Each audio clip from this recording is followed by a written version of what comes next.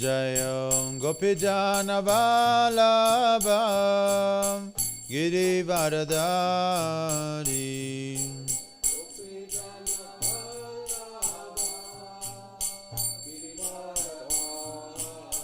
Yashodanandana Brajajana Ranjana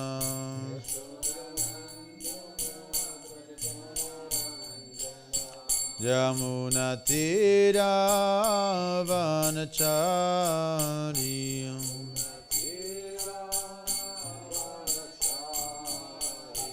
Hare Krishna Krishna Krishna Hare Hare Hare Rama Rama Rama Hare Hare Hare Krishna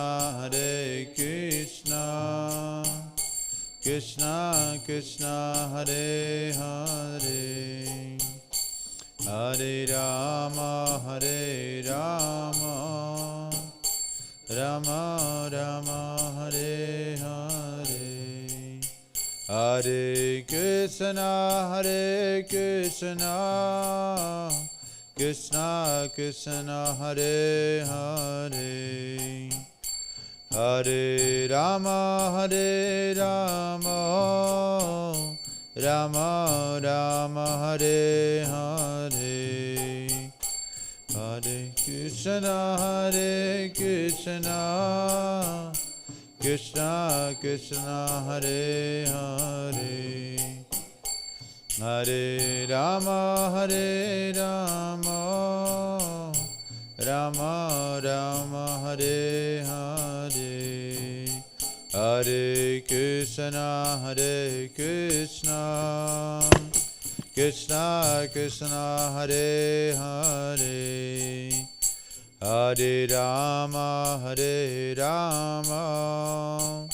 Rama Rama Hare Hare Hare Krishna Krishna Krishna Hare Hare Hare Rama Rama Rama Hare Hare Jaya Radha Madhava Kunja Vihari Jaya Radha Madhava Kunja Vihari. Shri Radha Madhava ki. Say good. Om Namo Bhagavate Vasudevaya.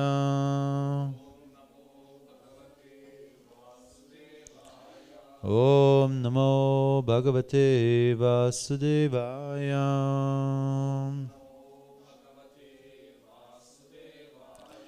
Om Namo Bhagavate Vasudevaya.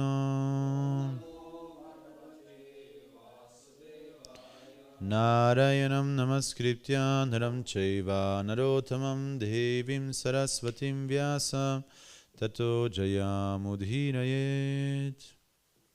We are reading from the Srimad Bhagavatam, Canto 4, the creation of the fourth order, Chapter 3, talks between Lord Shiva and Sati. Text number 3. Please repeat. Ishtvam Sam Vajapayenam Brahmishtan Abhibhujam Cham Brihaspati Savang Namam Samarebhe Kratutaman Ishtvasa Vajapeyenam Ishtvasa Vajapeyenam Brahmishtam Abhibhujacham Brahmishtan Abhibhujacham Brihaspati Savam Namam. Brihaspati Savam Namam. Samareve Kratuttamam. Samareve Kratuttamam. Ishtvasa Vajapayena. Brahmishtan Vibhujacha. Brihaspati Savam Namam. Samareve Kratuttamam.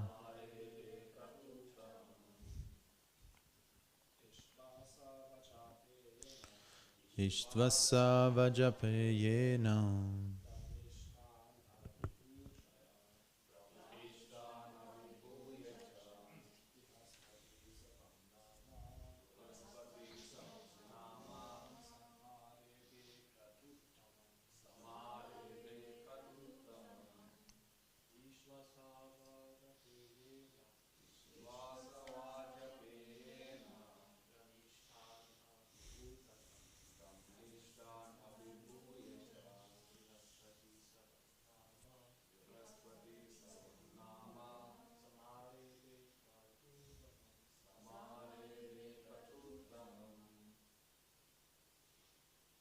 Ladies.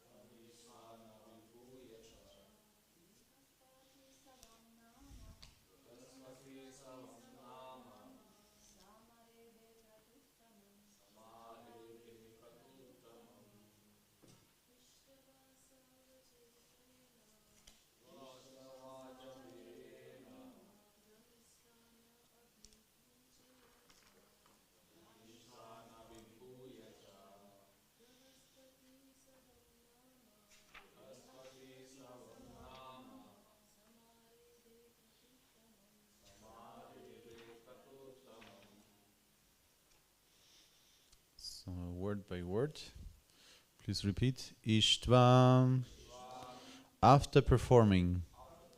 Saha, he, Daksha. Vajapayena, with a Vapajena sacrifice.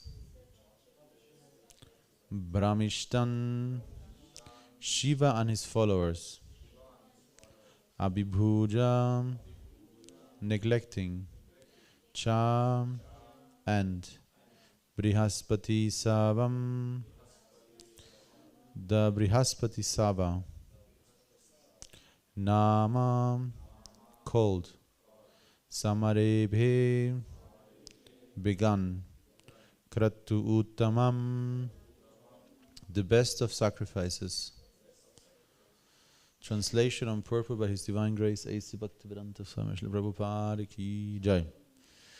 Daksha began a sacrifice named Vajapeya, and he became excessively confident of his support by Lord Brahma. He then performed another great sacrifice named Brihaspati Sava. Purport. In the Vedas it is prescribed that before performing a Brihaspati Sava sacrifice, one should perform the sacrifice named Vajapeya.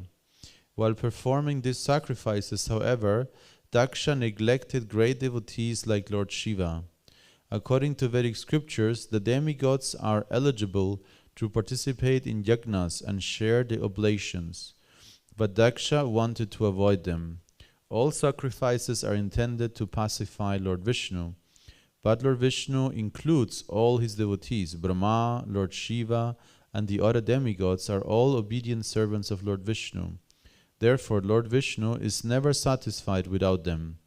But Daksha, being puffed up with his power, wanted to deprive Lord Brahma and Lord Shiva of participation in the sacrifice, understanding that if one satisfies Vishnu, it is not necessary to satisfy his followers.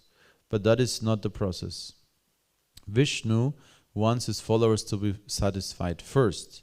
Lord Krishna says, Mat Bhakta Puja Vyadika. The worship of my devotee is better than the worship of me. Similarly, in the Shiva Purana, it is stated that the best mode of worship is to offer oblations to Vishnu. But better than that is to worship the devotees of Krishna. Thus, Daksha's determination to neglect Lord Shiva in the sacrifice was not fitting.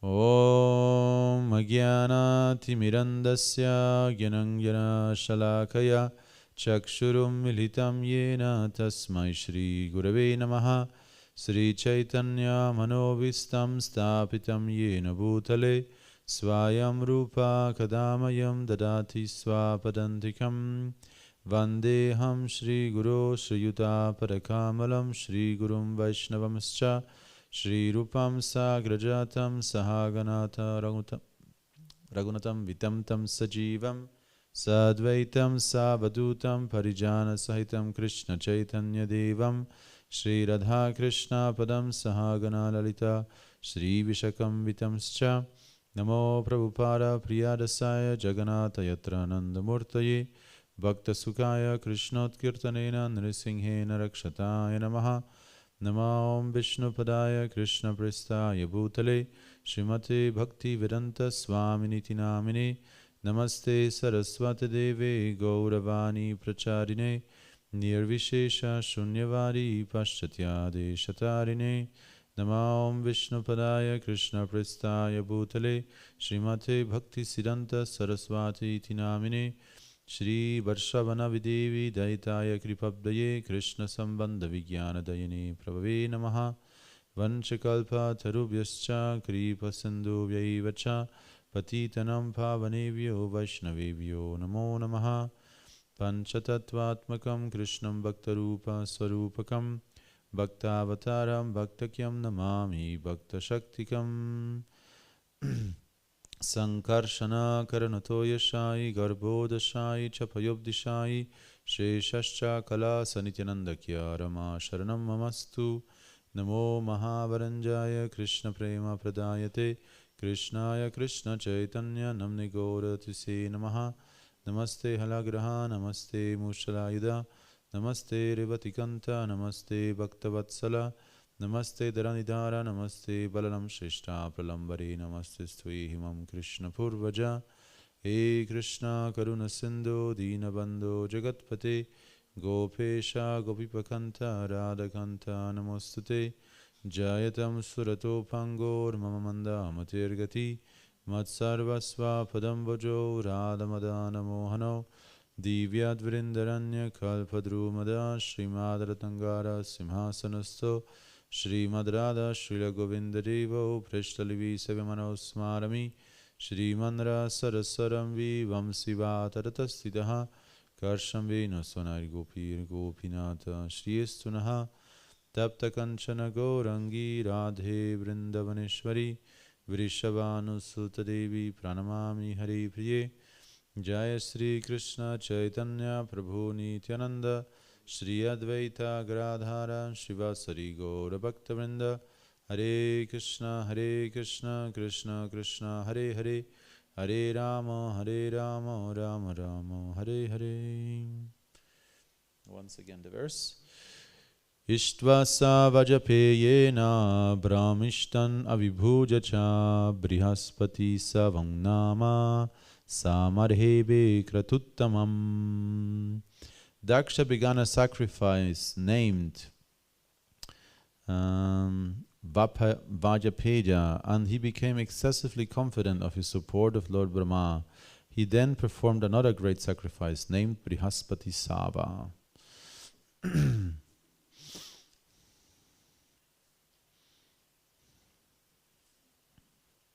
So it's interesting in the Sanskrit word by word translation. It says Brahmishtan Avibhuja Cha. Shiva and his followers were neglected. So the main point of the purport here is very clearly, and it's interesting, this quote is actually from the Shiva Purana. In the Shiva Purana, just not too long ago, we had a lecture here and somebody was asking about the Shiva Purana. Because in the Bhagavatam, just the last chapter, there was this, you could say, very almost damning curse that was spoken by the followers of Daksha, or actually the followers of Brihaspati, also the demigod, the guru of the demigods. And they cursed the followers of Shiva that they would ultimately become atheists, Satanists. They would, by the worship of Shiva, they would actually become atheists. So this was a very, heavy curse, especially because they were considered to be outside of the proper Vedic practices, and because they had all kind of bad habits, ultimately they would not attain perfection or a high destination, but become atheists. So afterwards there was this question about one devotee that in the Shiva Purana there are so many amazing, you could say, very high standards are described there. So this was this question that was raised, that on one side we hear that the followers of Lord Shiva, they are tamasic very often. They have very bad habits. This was highlighted quite a bit in the last chapters. And on the other hand, the Shiva Purana seems to have a very high standard. So this question was raised. And so I say a little bit about this, but then focus mainly on the main topic here in this purport. And it's both. So there are very, you could say, civilized followers of Lord Shiva who follow very high standards, who follow Vedic traditions, who are, follow very pure lifestyle and are also vegetarian, etc. But at the same time, because Shiva is Ashutosha, he tends to attract those who are of very bad behavior, or have very very often are ill-intended. They have a very low level of aspiration, and they also tend to take shelter of Lord Shiva because he is very easy to please. So it's both. But according to the Bhagavatam, the description that we find here, and also the purpose that Prabhupada gives in this connection, is that ultimately, if you neglect Lord Vishnu, or better said, if you don't see Shiva in connection with Vishnu, exclusively, basically, then it becomes problematic. Then, even if you maybe are maintaining now a very high standard, by the worship of Shiva alone, the tendency will be degradation towards atheism, etc. And the reason is because, like Srila Prabhupada explains very nicely here, he says, Lord Vishnu includes all his devotees. So it's a family, like Srila Prabhupada was once presented with a picture of Lord Krishna just by himself, and Srila Prabhupada said, this is not Krishna. And the devotees were confused. He's blue, he has the flute, he has the yellow dhoti, he has the peacock feather. It's Krishna. No? So no, it's not Krishna, because Krishna is never alone. Krishna is never alone. Krishna is never alone. Krishna means Sangopangastra, means his associates, his weapons, Shankha, Chakra, Gada, Padma, Lakshmi is always on his chest, as Srivatsa. So Krishna is never alone. Krishna, Prabhupada said, at least you put a cow or a peacock, somebody has to be there. Krishna is never alone. So this is what Prabhupada is emphasizing here very strongly. Krishna means and includes all his devotees. So in a similar way, when the worshippers of Shiva, if they try to see Shiva as the only origin and neglect his relationship with Vishnu, then they will have, you could say naturally, they will draw the wrong conclusions. In a similar way, what is indicated here, because in the Shiva Purana, if I'm not wrong, the same story of Daksha is also told, just from a slightly different perspective. Here we're looking at the same story with Daksha and how he's offending Shiva from the perspective of the Bhagavat. And in the Shiva Purana, the same story is told also. And there's much more detail, to everything what Shiva was doing before is from the perspective of Lord Shiva. And basically, what is also clearly seen here is that what Prabhupada is saying, that Daksha wanted to avoid them. He wanted to only worship Vishnu. So Daksha actually was a Vaishnava.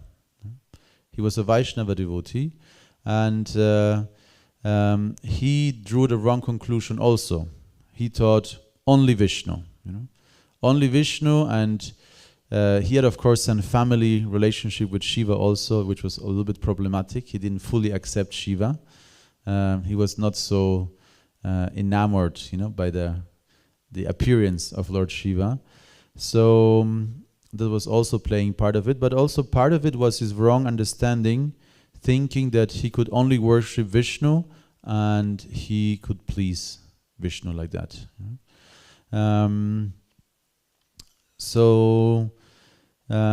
this might be a little bit confusing because we also, of course, know this famous analogy that Krishna, that we find in the Bhagavatam, I think in the 5th canto, where we find the description, or two analogies, the analogy of the stomach and the analogy of the roots.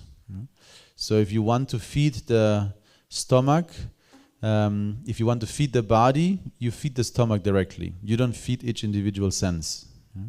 And Prabhupada makes this, funny stories out of it, that the hands and the different parts of the body, the ears, the nose, they're all saying, the stomach is eating everything. We're just constantly feeding the stomach. We're working for the stomach, and he's enjoying. He's just sitting there and enjoying. This is unfair. So they revolted, strike. So the hands, the legs, they all went on strike. We will not work for the stomach anymore. We will not walk to buy some food. We will not cook and feed the stomach. We will go on strike. And very soon they realized that they become weak themselves. That actually they were being nourished by the stomach. And the same, of course, with the tree. By watering the roots of the tree, automatically the whole tree is nourished. And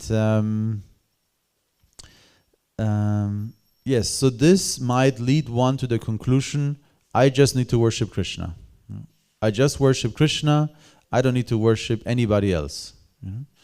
And that is true, but it's a little bit more, you could say, there's a little secret hidden in there. And this is told in the Shiva Purana. So in the Shiva Purana, there is another talk between Shiva and Sati, or Parvati. So here we have the talks between Lord Shiva and Sati. And in the Shiva Purana, we have the talks between Lord Shiva and Parvati, which is the reincarnation of Sati.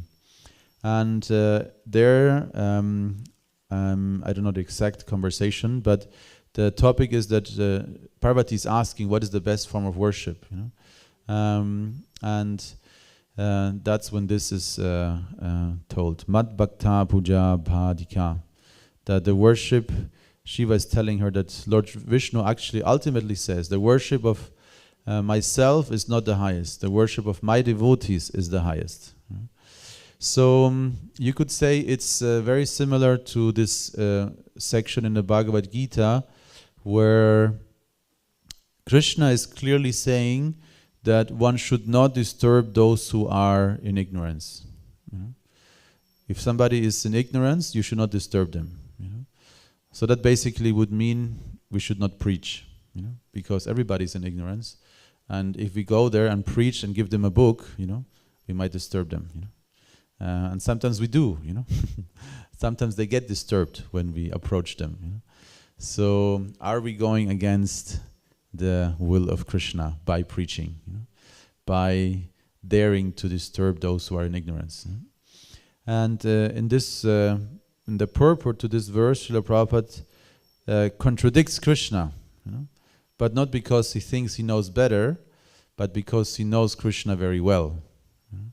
So he says, Krishna is saying this, but we know that the ultimate desire of Krishna is actually that every living entity is reconnected with him in service. So understanding the inner desire of Krishna, Prabhupada says the devotee takes the risk, of disturbing those who are in ignorance. So in a very similar way, of course we should worship Krishna. He is the source of everything. He's Adi Purusha. But if you really want to please Krishna, you should understand how he thinks. So he actually prefers his devotees to be served. And in a different section, a later section in the 4th canto of the Bhagavatam, there is also this description how actually the Lord prefers to be fed through the mouth of the brahmanas or the devotees than to be fed through the sacrificial fire. Because when we perform a yajna, we have the sacrificial fire, and inside of the sacrificial fire we invite Agni to take the form of Vishnu. And the flames represent the tongue of Vishnu. And we are giving ghee, into that. We are feeding the mouth of Vishnu, basically. Yajna is one of the forms of Krishna. So we put ghee, maybe also grains, or when we have big festivals, we also cook. We cook very nice rice, and we put rice and honey, so many things. Lotus seeds, we feed into the mouth of Vishnu. But in the Bhagavatam, there is a verse which describes that actually Krishna prefers that the ghee should go through the mouth of the devotees, actually. So it doesn't mean we should stop, doing yagyas, but it means that if we make, Prabhupada says like that, if we make nice preparations with ghee, like halava, and we give this halava to the mouth of a devotee, that's more pleasing to Krishna than a yajna. So, like that. So it's, you could say, there's always a higher, deeper understanding.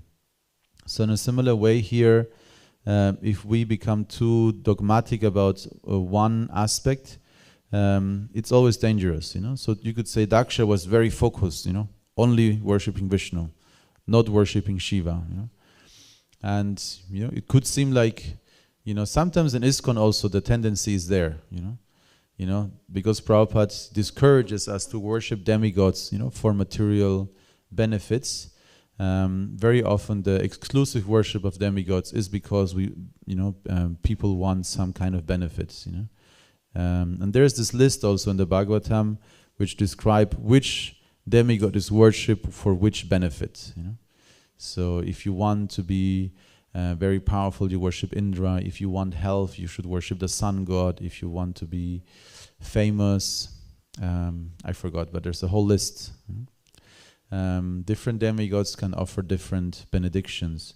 So Srila Prabhupada very often, very clearly discourages worshipping the demigods. And there is a Sanskrit term that my Gurudev told.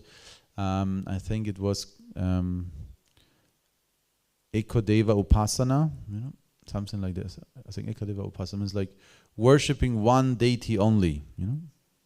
It's one form of sadhana also, and it's because sometimes in India people say that ISKCON they have been influenced by Christianity so much. Now they have become focused only on one God, But actually in India we have so many gods. But it's not true. In India there are many different traditions which focus on Ekadeva Upasana, focus on one divinity only. It's very common, and Rupa Goswami and different, they talk about it also. But that does not mean that we see Krishna as an opponent, or we how you say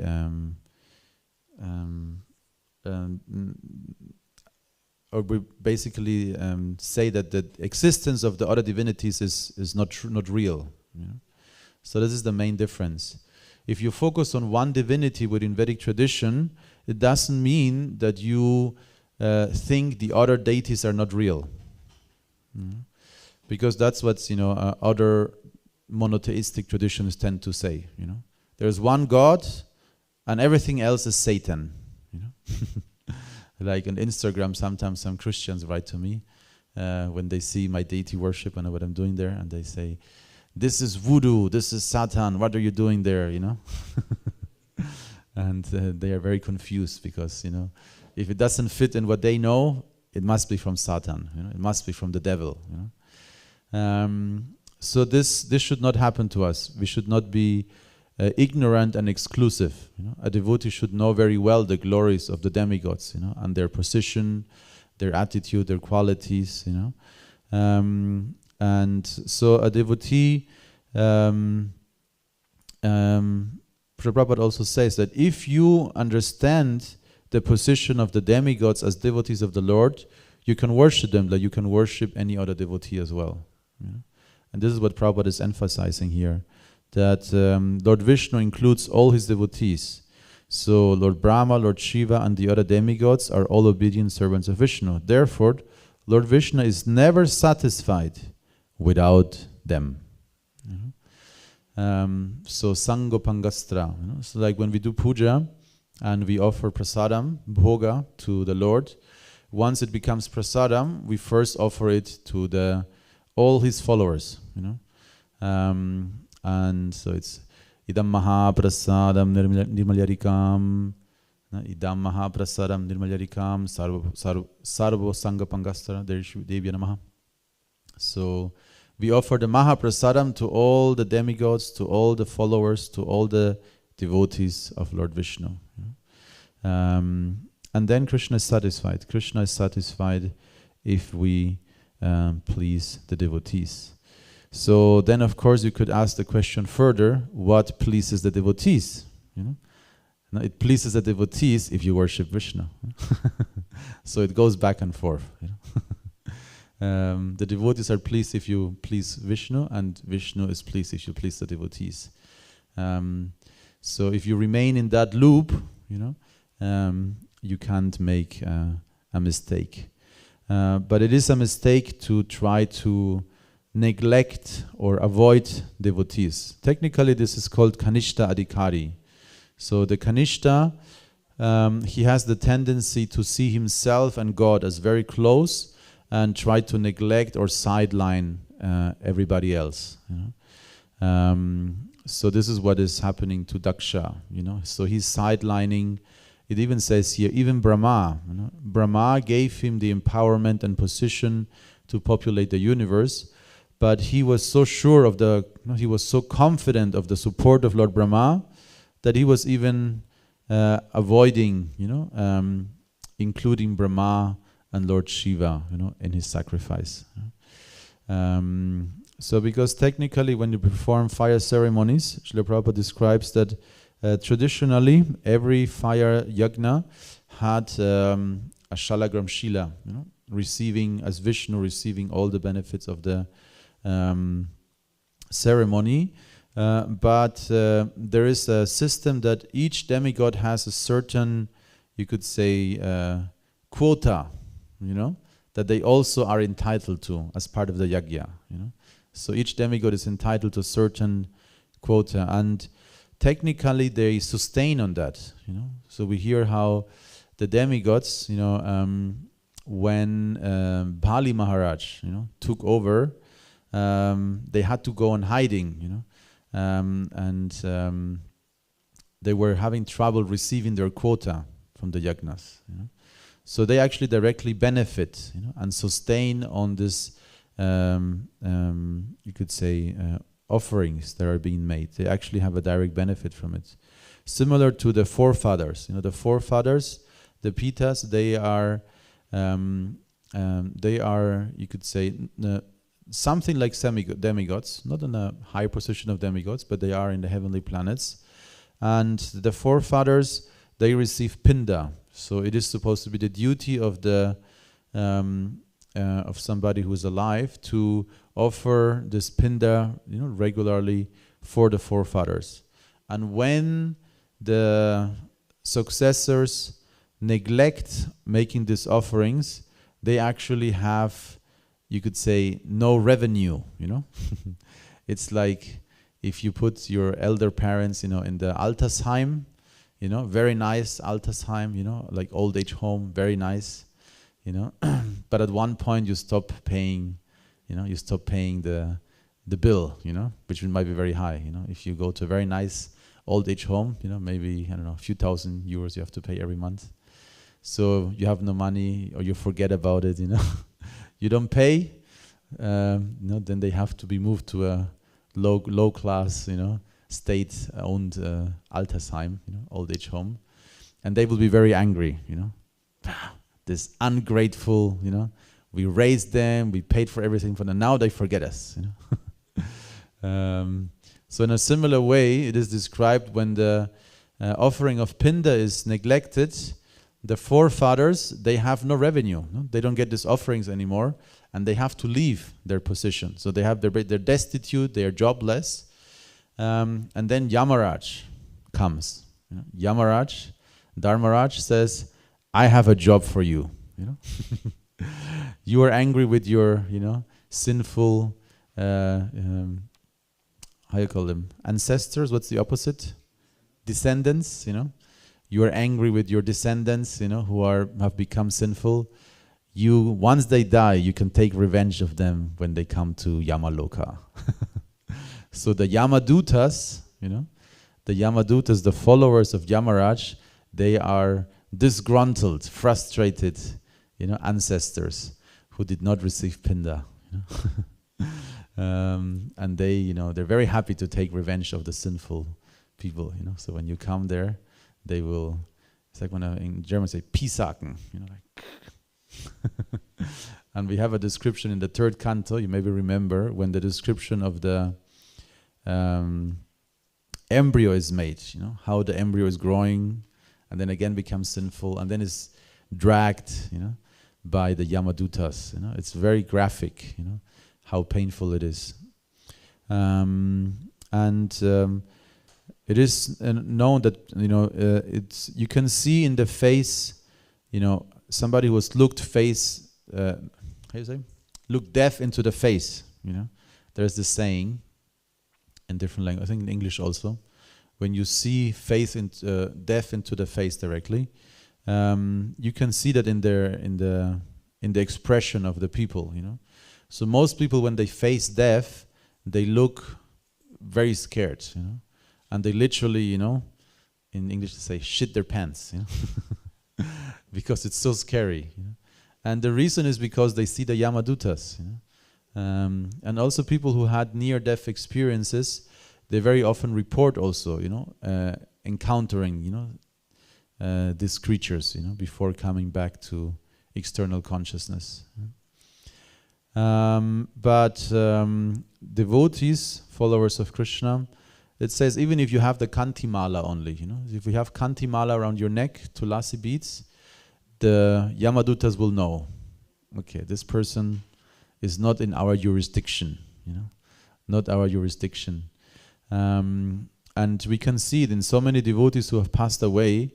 They look so peaceful, Sometimes, like Karamakana Maharaj, he looked like a Goswami. He looked like more beautiful than before even. It was very, very impressive to see the pictures of Karamakana Maharaj after he passed away.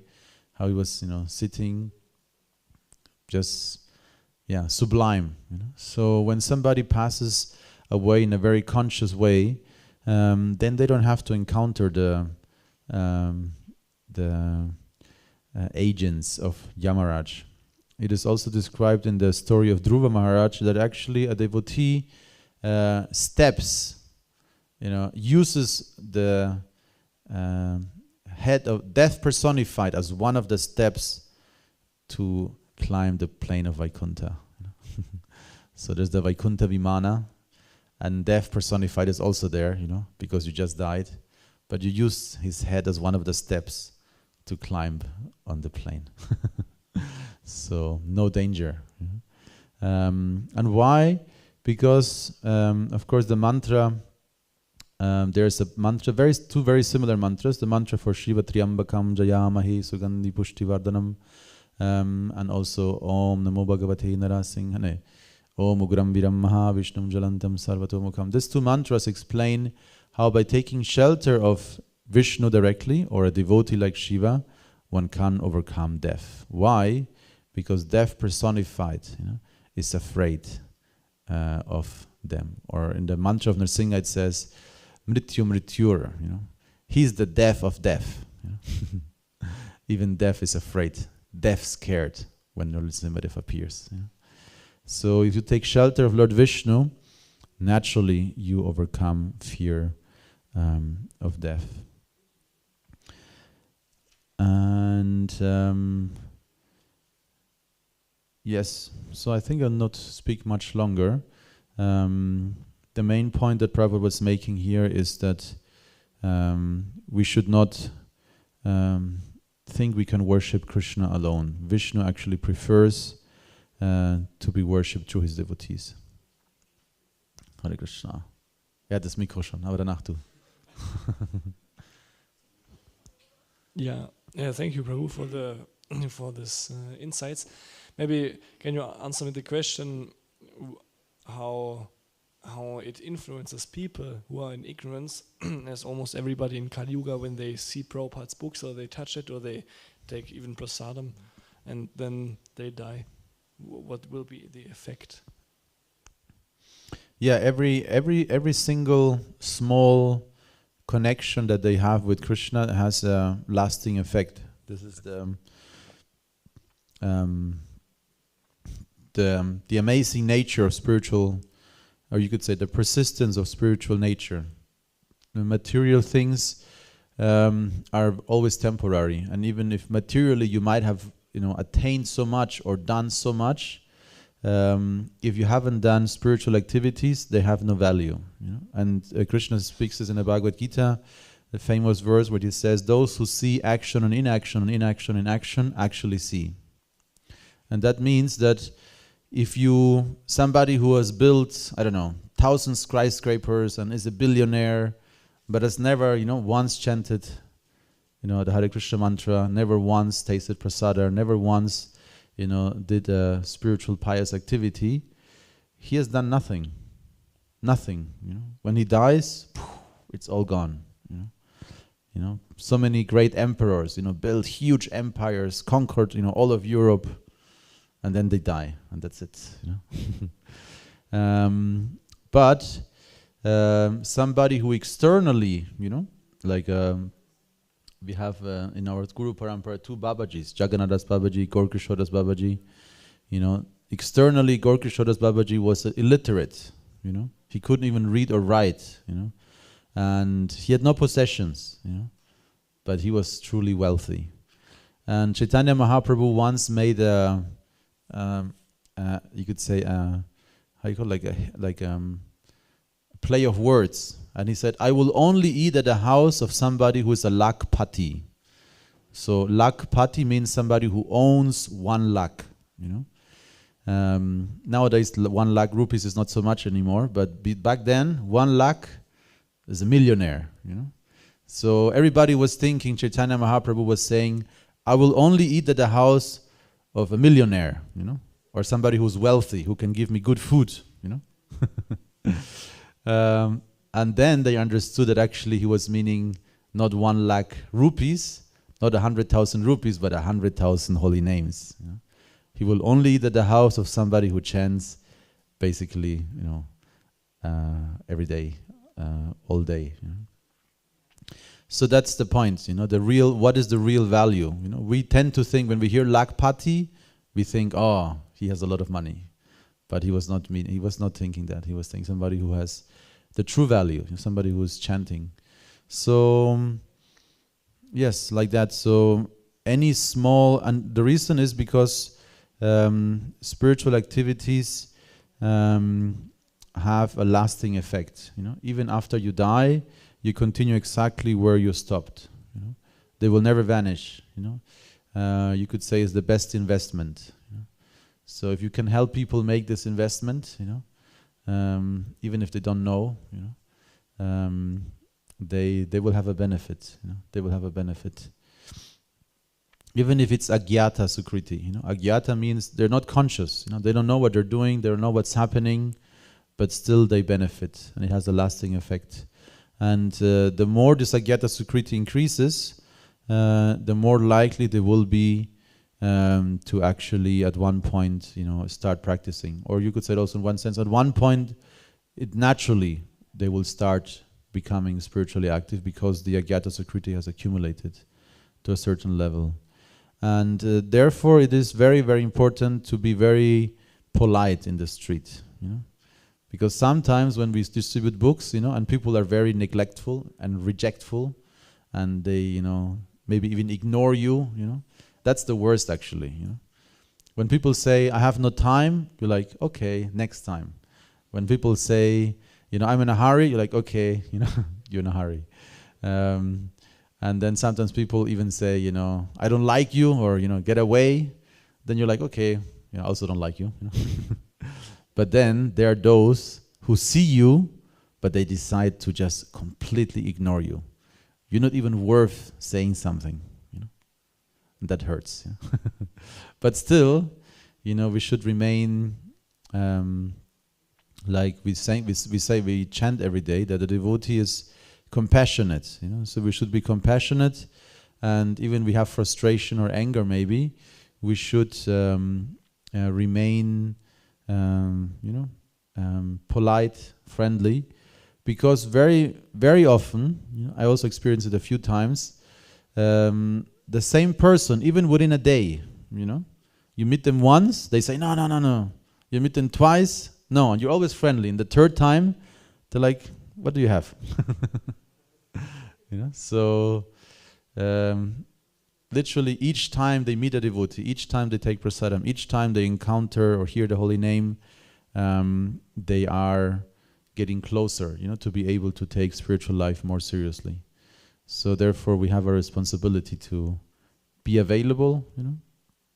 And of course, in many ways nowadays, through social media, it's amazing how fast or how far reaching actually it is, you know, because when there's a Harinam, there's the local people watching the Harinam, but everybody's having phones also and recording it and sending to somebody else or going live. So yeah, the effect is multiplied, and many people are being benefited. And if you want to know especially about prasadam, you can ask Akila Prabhu. He has so many quotes about the benefits, you know, people have when they take prasadam. You know. Many quotes from Srila Prabhupada and from Shastra. But yeah, it cannot be underestimated. It's creating sukriti, you know, qualification, piousness for them. It's okay? Okay. Sehr schlau. Gut vorbereitet. Hare Krishna. I just want to share, maybe you can extend about it, regarding the topic of worshipping only Vishnu, only God, or the energy. I remember I once heard a lecture where our acharyas are being quoted, given a commentary on the story when the milk is boiling and Mother Yashoda, she leaves Krishna. So from the beginning, Krishna is sitting in the lap of Mother Yashoda, she's breastfeeding him, and suddenly the pot starts whistling, right? And Mother Yashoda, she just leaves Krishna and runs to the milk. And the interesting interpretation about this story is how, like, Nanda Baba, he had how much? 900,000 cows or something. And Mother Yashoda, she left God from her lap to go and save the milk. And the milk is a representative of Krishna's energy. So it shows how to some extent for her it was more important the energy of Krishna than Krishna himself sitting in her lap. And I once heard these three categories, or I think three categories. And the first one who only worship God and not the energy. I think an example can be given is Islam, where they only worship Allah and there is not really much. There is not really so much mentioning of the energy of God. And then there is the other extreme, the Shaktas, who are only worshipping the energy, right? So they are worshipping Devi Shakti. Devi Shakti or Mother Nature and so on. But we come in between, as far as I understood, right? Like, can you say something about it? Where we're worshipping God, of course, but simultaneously with His energy. Yes. It's very interesting that the whole Leela of Damodar has amazing deep interpretations. Like every single aspect of this Leela, it's incredible how much the Acharyas have interpreted, how much we can learn from this. The point that is, because in comparison to what is being said here, I would say that the point is to be personal. So we understand what the personal desire is of Krishna. His personal desire is that we please his devotees and not just him. He, for example, there's a story when Brahma, makes the blunder of stealing the calves, and then he realizes, and then he is, asking for forgiveness, and Brahma is offering prayers to Krishna, small boy. And he's feeling very uncomfortable, He's like, oh my God, what will my friends think? This weird guy with 4 heads is talking to me, and I have to stand and look at him, What will my friends think of me, This is so weird. They will think I'm some kind of weirdo, What kind of friends do I have, So in that case, Brahma, he was worshipping Vishnu, but actually Krishna, he was not very satisfied, He's like, just leave us alone, Don't disturb us anymore. Then everything is okay. So like that, understanding what the real, mood is of Krishna, what his wishes, that is the key. And in the case of Mother Yashoda, of course, she's in a, transcendental, fixed realm and relationship with Krishna, and everything is Leela. But still, in that sense, in that case, Mother Yashoda has achieved such a high position that Krishna entrusts her with a higher position than her. And that also can happen, that Krishna or the Lord allows his devotee to be in control of himself. And then they, might act in a certain way that might be, even correcting Krishna, if he is too mischievous and stealing too much butter, But this is, of course, all very, it's Leela. About the energies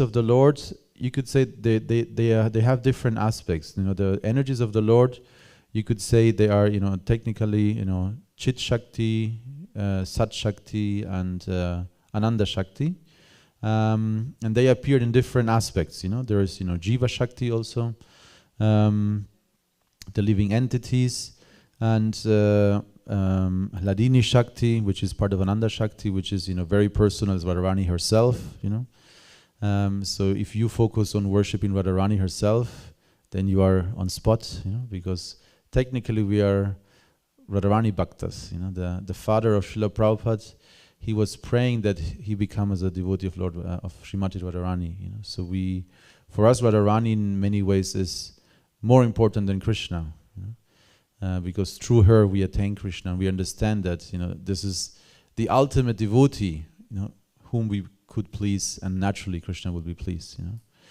So therefore, you could say worshipping Krishna's energies is very big. So there's so many different aspects, beginning with Hladini Shakti, Radharani herself, and then Chit Shakti, which is just maintaining everything. Brahman, is also an energy of Krishna. So I think it's it's very variegated. Depending on which aspect of the energy you focus, it might be very, very different. But maybe you can ask again or comment a little more. Thank you, very nice. Yeah, but actually what I should have concluded with, what's relevant for us is ultimately the worship of the devotees. Yeah. Because anyway, the jiva is the energy of Krishna, and the best jivas, of course, are the Vaishnavas. Yeah, you could say that. Yeah, that we should. Everything is connected with Krishna. Everything is connected with Krishna, and his Ladini Shakti is Radharani herself, and all the living entities are also Shakti, Shakti Tattva. We are Jiva Tattva is part of Shakti Tattva. We are, the energy of the Lord, small parcels, and we should also respect all living entities. Jiva Himsa, is also very harmful for spiritual life. So a devotee will naturally have this attitude to not harm anybody. Like the famous story of Mrigari, the hunter, who was enlightened by Narada Muni, and before he was a cruel hunter who would half kill all the animals because he liked to see the animals squeaking in pain. He enjoyed that. And then after he had association with Narada Muni, the next time Narada Muni met him, he was jumping, when he was walking, trying to avoid hurting even the small ants. So a devotee, when you have, a true devotee will have the natural compassion and perception, that each living entity is part and parcel of Krishna. Each individual entity is,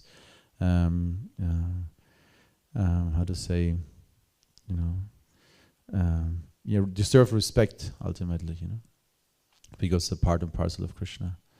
So he would, and of course the devotee is humble, because of that as well. He sees everyone as part of Krishna, and he's not humility. Is considered to be the